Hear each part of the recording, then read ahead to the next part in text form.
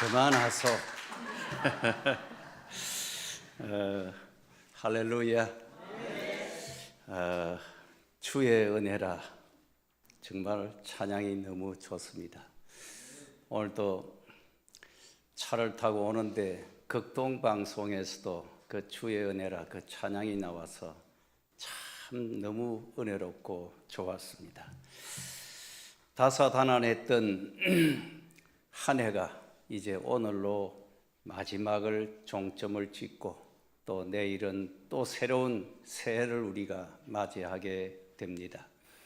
금년 한 해 동안 그리고 또 지금까지 오늘에 이르기까지 우리를 인도해 주신 에베네셀 하나님의 은혜, 정말 하나님의 은혜로 여기까지 살았음을 고백하면서 하나님께 감사의 박수 한번 올리겠습니다.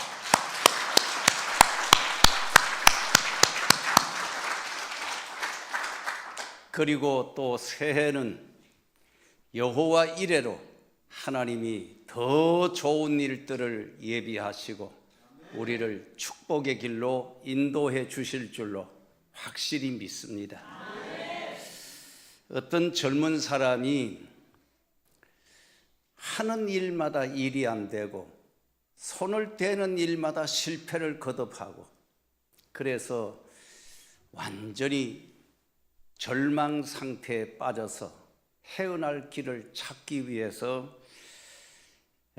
유명하다는 관상제의를 찾아가서 내가 어디를 가야 무슨 일을 해야 귀인을 만나고 또 팔자가 풀리게 되려는지 내 관상을 좀 봐주십시오. 그랬더니 관상제의가 아래로 이렇게 훑어보더니 당신은 평생 빌어먹을 상을 가지고 있어. 그러니까 이 복채를 그냥 들고 가세요. 그러니까 이 젊은 청년이 위로를 받을 줄 알고 왔는데 더 충격적인 얘기를 듣고 그냥 뻘떡 일어나면서 두 주먹을 뻘건 쥐면서 어디 한번 두고 보자 이놈.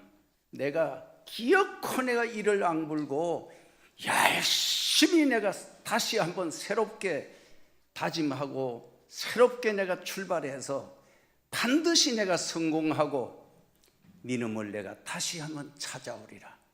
그러면서 돌아갔어요.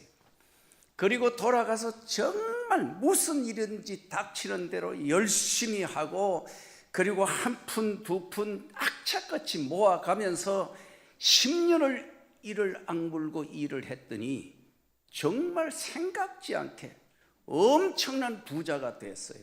성공을 했습니다. 그래서 10년 후에 그때 그 왼수를 만나서 내가 이 왼수를 갚아야 되겠다.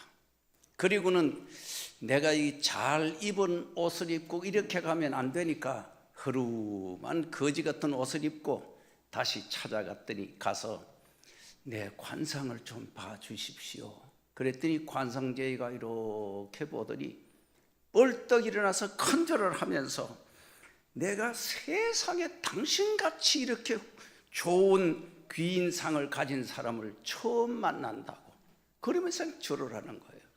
그러니까 그 말을 듣고 이 젊은 청년이 너무너무 그냥 속에서 부하가 치밀어서 뭐야 이 엉터리 같은 놈아, 10년 전에 내가 찾아왔을 때는 평생 빌어먹을 상을 가졌다고 그러면서 나를 내쫓더니 이제 와서 나를 귀인상을 가졌다고 엎드려 절을 하고 그러느냐 이 순 엉터리 같은 사기꾼 놈아. 그러면서 막 소리를 막 질렀어요.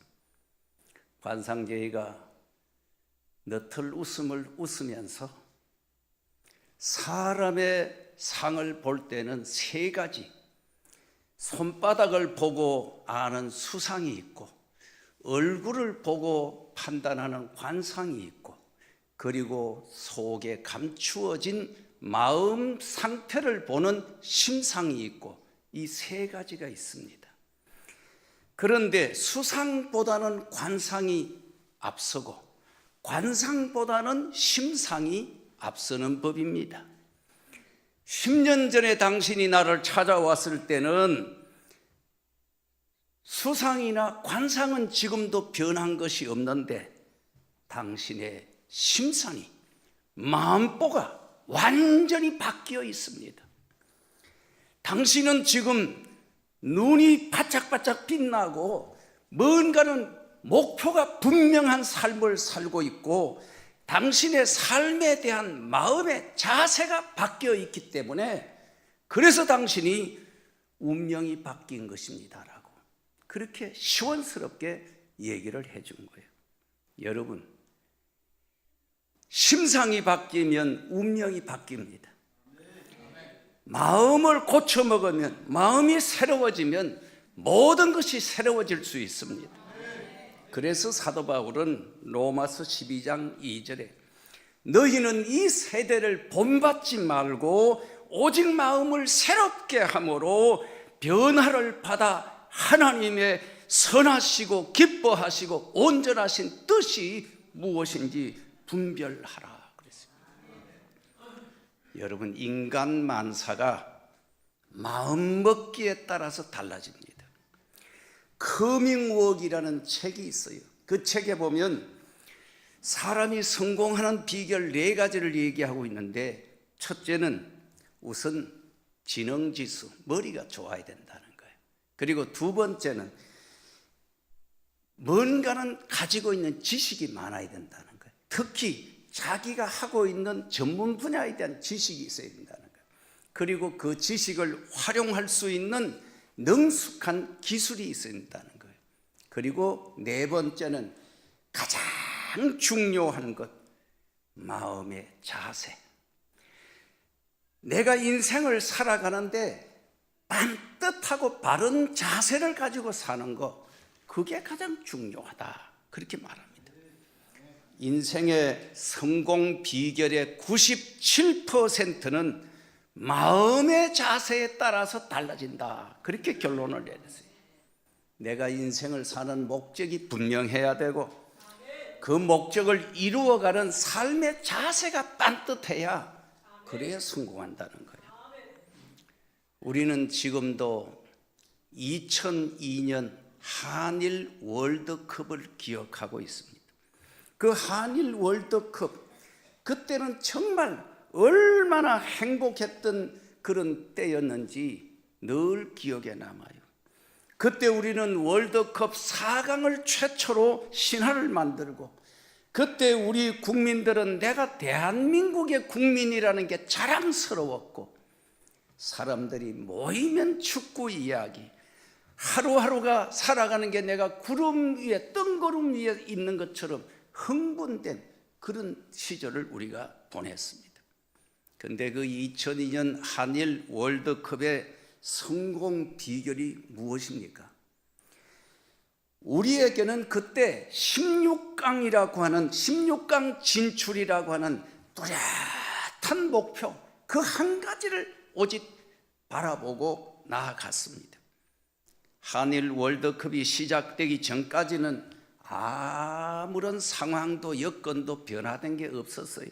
단지 하나, 축구 감독이 바뀌었고 지도자가 바뀐 것뿐이었습니다.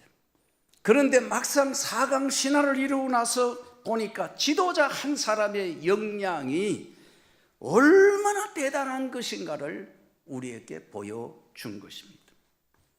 중국이 한때 우리나라가 놀랍게 근대화되는 이런 모습을 보면서 한국의 근대화를 배우기 위해서 조사단을 우리나라에 파견한 일이 있습니다. 그때 조사단이 와서 제일 먼저 포항 제철을 가서 둘러보고 우리 중국에도 이 포항 제철 같은 이런 공장을 하나 좀 세워주시오라고 부탁을 했습니다. 그때 그들을 안내하던 안내원이 중국은 아마 내가 생각하기에는 절대로 그렇게 할 수 없을 것입니다. 그러니까 깜짝 놀라서 왜 우리 중국이 안 되느냐고 막 따져 물었습니다. 우리도 자본이 있고 기술이 있고 인력이 충만한데 왜 안 되겠냐고. 그랬더니 안내위원이 대답하기를 모든 여건이 다 갖추어졌다고 해도 중국에는 박태준이라는 인물이 없기 때문에 어렵습니다. 포항 신중년 사관학교가 김진동 총장님 때문에 전국이 떠들썩하게 소문이 나고 전 세계에서 와서 그냥 이거 뭐냐고 벤치마킹을 하고, 그렇게 해서 돌아가서 해보려고 해보니까 안 된다는 거예요. 왜? 김진동은 포항에 하나밖에 없기 때문에. 상황과 여건의 문제가 아니라 리더십의 문제라는 거예요. 2002년 월드컵에서 우리가 4강 신화를 이루고 나서 많은 사람들이 히딩크 리더십에 대해서 연구하기 시작했어요. 히딩크 리더십에서 가장 중요한 것이 뭐냐? 기본에 충실해야 된다. 운동선수가 운동을 잘하려면 어떤 종목의 운동선수든 간에 먼저 체력이 탄탄해야 된다, 그 말이에요.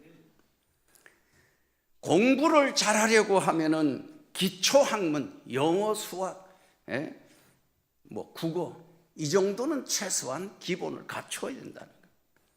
TV에 성공시대라는 프로그램이 한때 유명했어요. 그래서 어느 한 사장님이 출연을 해서 아나운서가 당신이 어떻게 해서 그렇게 성공시대를 열 수 있었습니까? 질문을 하니까 아무 말하지 않고 날 한번 따라와 보세요. 자기 서재실로 데려가서 초등학교 1학년 교과서를, 국어 교과서를 내놓고 턱 제키니까 제1과 인사하기. 모든 인간 교육의 가장 첫걸음은 인사부터 배운다는 거예요.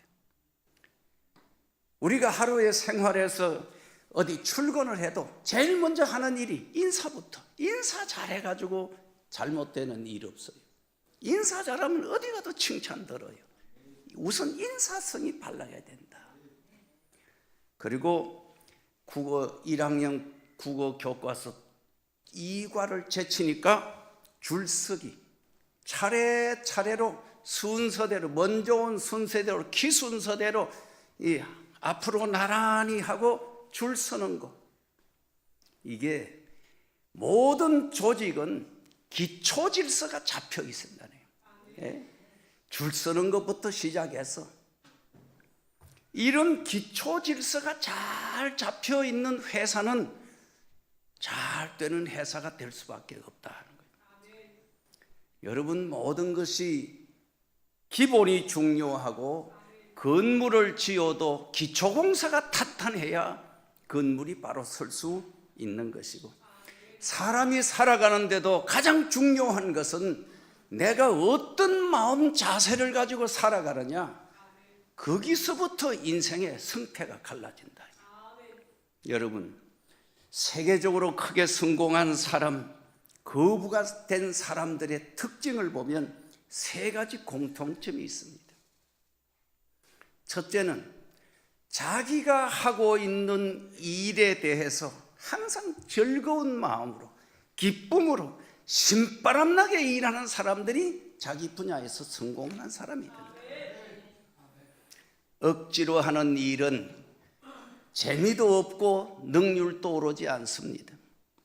한국 사람들은 특별히 무슨 일을 해도 신바람이 나야 잘하는 민족이에요. 공부 잘하는 아이들은 공부가 하고 싶어서 못 견뎌요. 성공한 사람들을 보면 자기가 하고 있는 일에 대해서 항상 즐겁게, 기쁘게, 신바람나게, 그리고 자기가 하고 있는 일이 막 하고 싶어서 일을 하는 사람들, 그런 사람이 성공한다는 거예요. 이전에 앙드레 김이 처음에 의상실을 내고 여성 옷을 만든다고 그러니까 무슨 남자가 여자 옷을 만드느냐고 삐죽삐죽거리고 사람들이 조롱을 했어요. 그러나 본인은 뭐 여성 옷이면 어떻고 남성 옷이면 어떻고 여성 옷을 이쁘게 어쩌든지 만드는 게 너무 좋아서 밤낮으로 그 일을 즐겁게 일에 빠져서 열심히 일하다 보니까 그가 마침내 세계적인 디자이너로 인정을 받고 세계 속의 한국의 이미지를 메이킹하는 일에 한 몫을 감당했던 사람입니다. 우리 손자가 큰 손자가 중학교 2학년인데 얘는 내가 보면 만날 때마다 가지고 노는 장난감이 책이에요. 어릴 때부터 항상 책을 손에서 떼질 않아. 그냥 놀아도 책을 보고 어디를 가도 책장이 있으면 그냥 당장 쫓아가서 책 뽑아가지고 읽고, 그리고 또 한 가지 취미가 종이 접기. 이 종이 접기를 얼마나 열심히 하는지 우리 집에 올 때마다 종이 접기 해가지고 뭐 호라이도 만들고 뭐도 만들고 이래가 들고 와서 자랑을 하고. 그러더니 지난 가을에 서울에서 종이 접기 국제 대회가 열렸어요. 거기에 출전을 했어요. 그래가지고 당당 동상을 받았대요. 왜 그러냐면 그걸 너무 즐기는 거예요. 본인이 그 하는 게 무슨 뭐 어디 가서 뭘 대회를 해서 뭘 몇 등을 하고 그게 중요한 게 아니고, 그래서 그냥 할머니 나 선물 하나, 책을 하나 사주세요. 그 무슨 책? 그 일본에서 이 종이 접기 그 책이 유명한 책이 나온 게 있는데 그걸 사달라는 거예요. 그래서 뭐 거금을 들여가지고 할머니가 책을 사주고, 항상 보면 요구하는 게 다른 거 요구하는. 둘째 손자는 보면 축구화 사주세요. 축구공 사주세요. 그리고 그놈은 축구도 열심히 잘해요. 자기가 열심히 기뻐서 즐거워서 재미를 느끼고 막 거기에 빠질 정도로 일하면 반드시 그 분야에서 두각을 나타내는 거예요.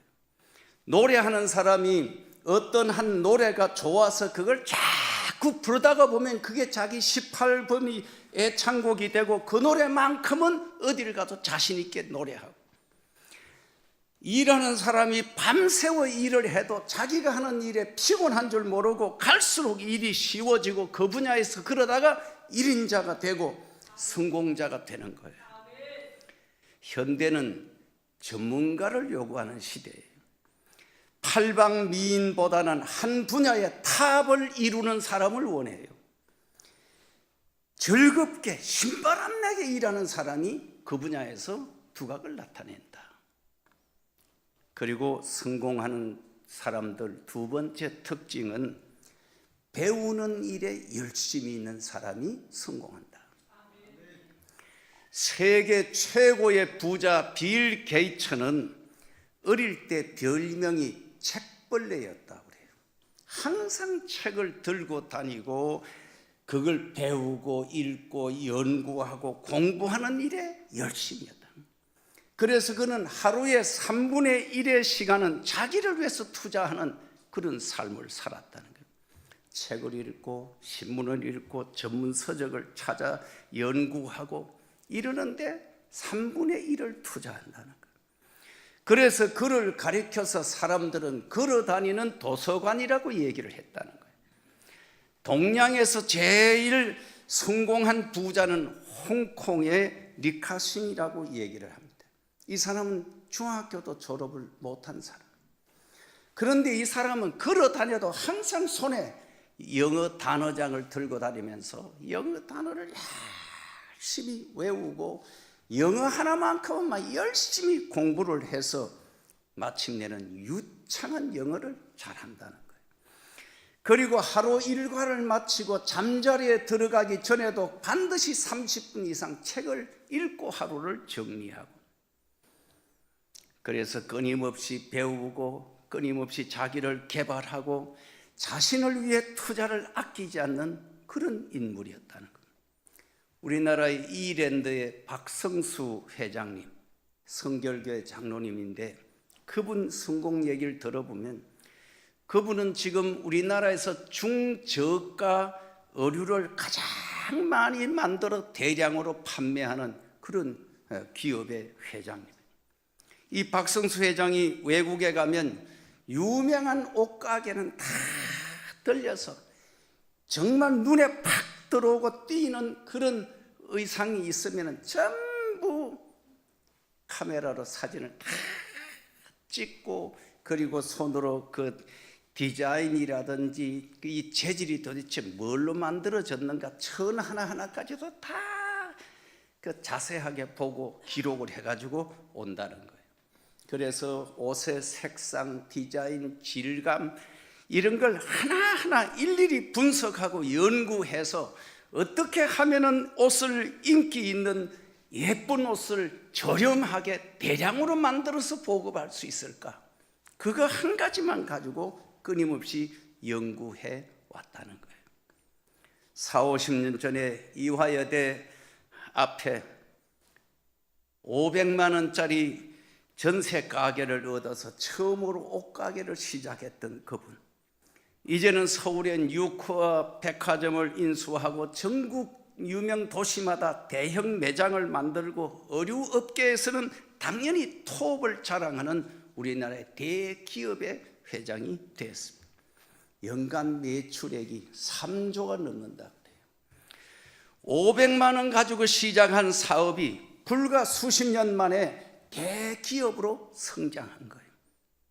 그런데 저절로 우연히 이런 결과가 온 게 아니라는 거예요. 이 박성수 회장도 책을 많이 읽기로 유명해요.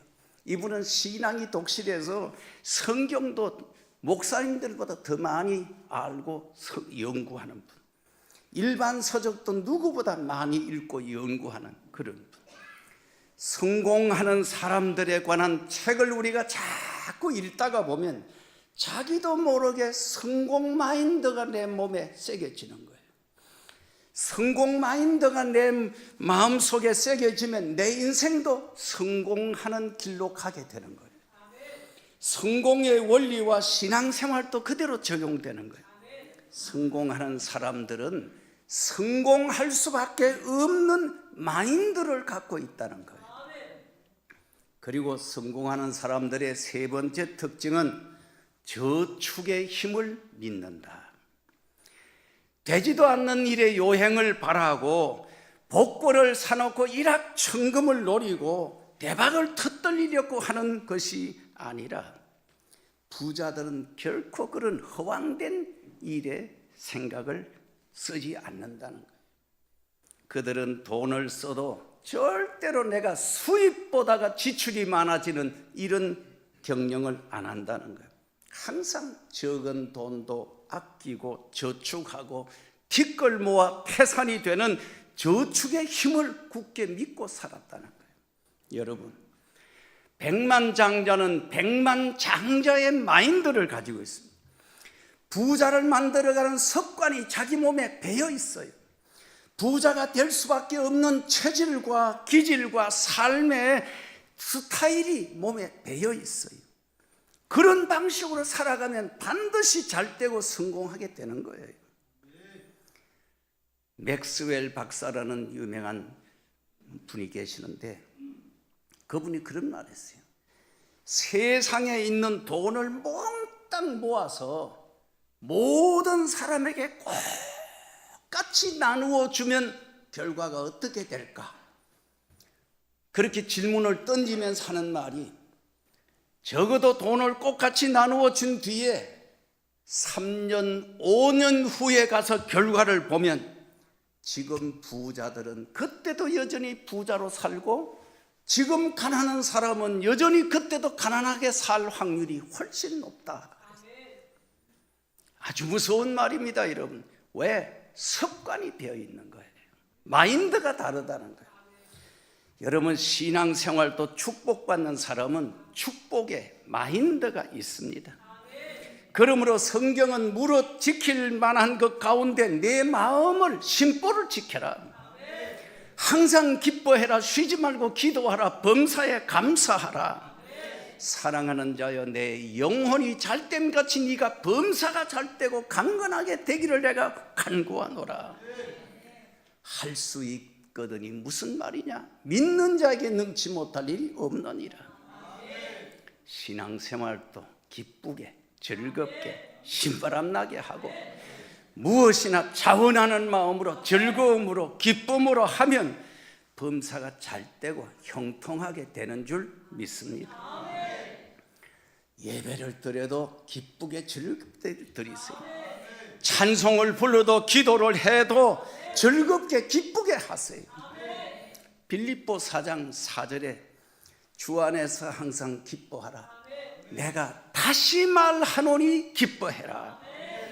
아무것도 염려하지 말고 다만 모든 일에 기도와 간구로 너희 구할 것을 감사함으로 아뢰라. 그리스도인들은 무엇보다 하나님을 기뻐하고 하나님의 말씀인 성경을 기쁨으로 읽고 듣고, 복 있는 사람은 여호와의 율법의 말씀을 주야로 묵상하는 자로다. 예수 믿는 사람들은 심은 대로 거둔다는 정직한 원리를 믿고 실천하는 사람들이기 때문에 허황된 꿈을 꾸고 요행을 바라고 일확천금 대박을 꿈꾸지 않습니다. 하루하루를 성실하게 진리의 말씀을 붙들고 살아가고 목표가 분명한 삶을 살아가기 때문에 흔들리지 않는 거예요. 오늘 본문의 말씀은 달란트 비유의 말씀입니다. 본문에는 두 종류의 사람들이 등장합니다. 착하고 충성된 사람들과 악하고 게으른 사람의 이야기가 나옵니다. 인생은 언제나 이 두 종류의 사람이 있습니다. 축복을 받고 성공하고 천국에 들어가고 상급을 받고 착하고 충성된 종이라고 칭찬 듣는 그런 사람은 어떤 사람들인가?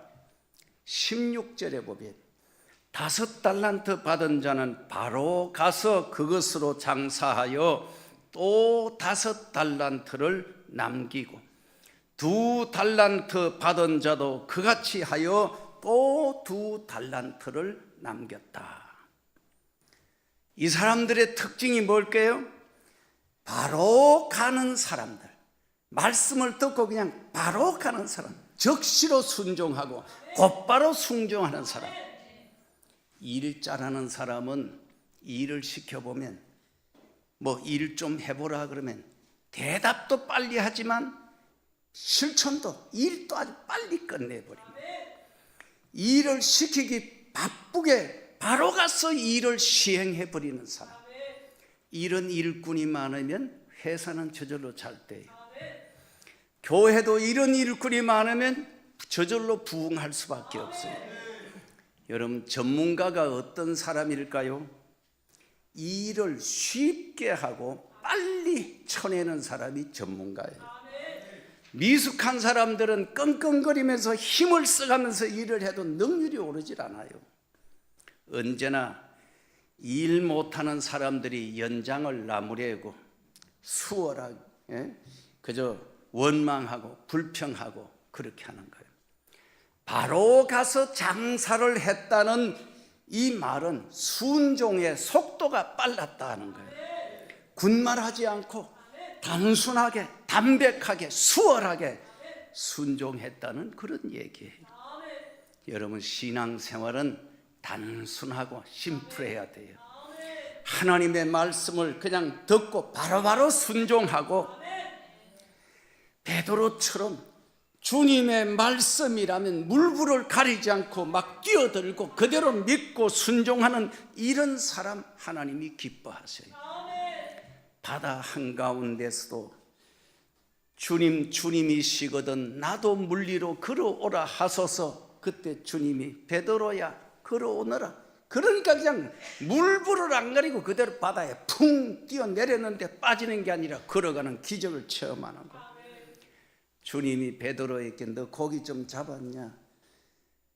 주님, 내가 밤새도록 밤이 맞도록 고기를 잡아도 한 마리도 못 잡았습니다. 주님이, 그래, 그물을 다시 들고 저 깊은 데로 가서 그물을 던져봐라. 그때 그냥 그대로 순종해서 밤새도록 못 잡던 고기지만 빈 그물을 다시 들고 가서 순종해서 쳤더니 그물이 터질 정도로 잡혔다. 할렐루야. 주님은 순종 잘하는 사람을 축복하십니다.